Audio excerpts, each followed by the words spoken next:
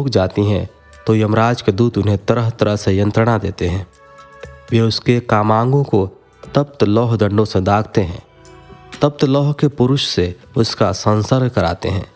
ये सारे दंड इतनी वेदना देने वाले होते हैं कि जीव पुकार पुकार कर कहता है कि अब वह ऐसा नहीं करेगा, लेकिन यमदूत उसे छोड़ते नहीं। कर्मों का फल तो सभी को भोगना पड़ता है। देव, ऋषि, मनुष्य सभी इससे बंधे हुए हैं। ब्राह्मण के मुख से यह वैराग्य बढ़ाने वाली कथा सुनकर चंचुला भय से व्याकुल हो गई।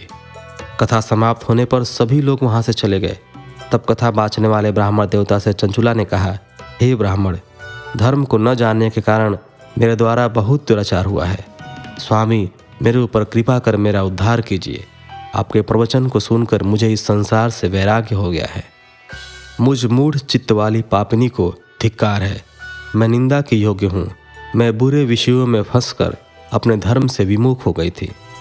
कौन मुझ जैसी कुमार्ग में मन लगाने वाली पापनी का साथ देगा?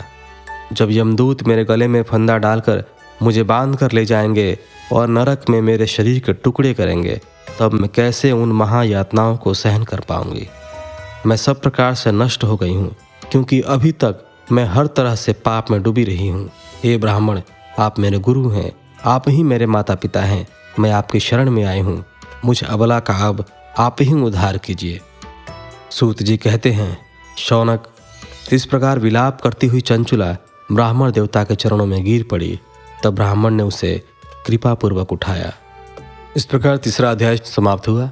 अभी तक के 3 अध्यायों में जो आपने सुना, उन सभी बातों का कम शब्दों में अगर सारांश बताया जाए तो इसका अर्थ यह है कि महाज्ञानी सूत जी शौनक जी को शिव पुराण की महात्म्य बताते हुए यह समझाना चाहते हैं कि व्यभिचार करने वाले, दुराचार करने वाले पुरुष या स्त्री नरक लोक को जाते हैं, तथा जो लोग शिव की भक्ति करते हैं, जो लोग शिव पुराण का श्रवण करते हैं, उनका इन पापों से मुक्ति हो जाती है।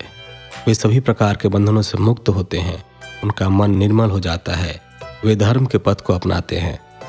आगे के सभी अध्याय आपको दूसरे एपिसोड में सुनने को मिलेंगे। तो फिलहाल इस एपिसोड में इतना ही। मिलते हैं आपसे अगले एपिसोड में। तब तक के लिए धन्यवाद।